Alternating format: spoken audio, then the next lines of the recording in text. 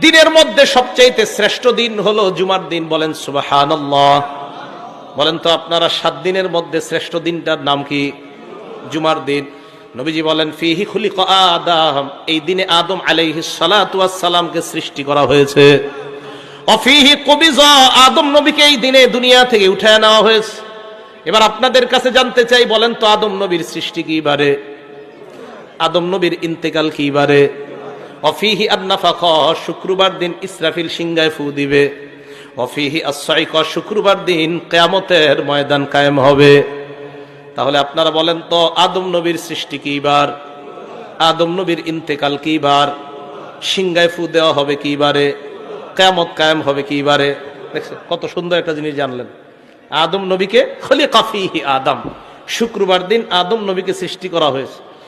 এরপরে অফিহি কুবিজা, শুক্রবার দিন আদম নবীর জানটা নেওয়া হয়েছে। অফিহি আন-নাফাখা, শুক্রবার দিন সিংহায় ফু দেওয়া হবে। অফিহি আস-সাআকা, শুক্রবার দিন কিয়ামত কায়েম হবে। তো এটা কেন বললাম?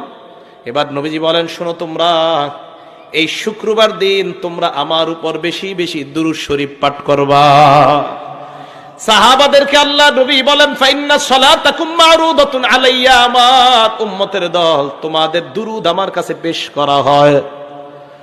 সাহাবারা বললেন, ইয়া রাসূলুল্লাহ কাইফা তু'রাদু সালাতুনা আলাইকা, আপনার কাছে কিভাবে দুরূদ পেশ করা হয়? ওয়াকাদ আরামতা, আপনারা ইন্তেকাল করবেন। হুজুর ইন্তেকালের পরে আবার আপনার উপর দুরূদ কিভাবে যাবে?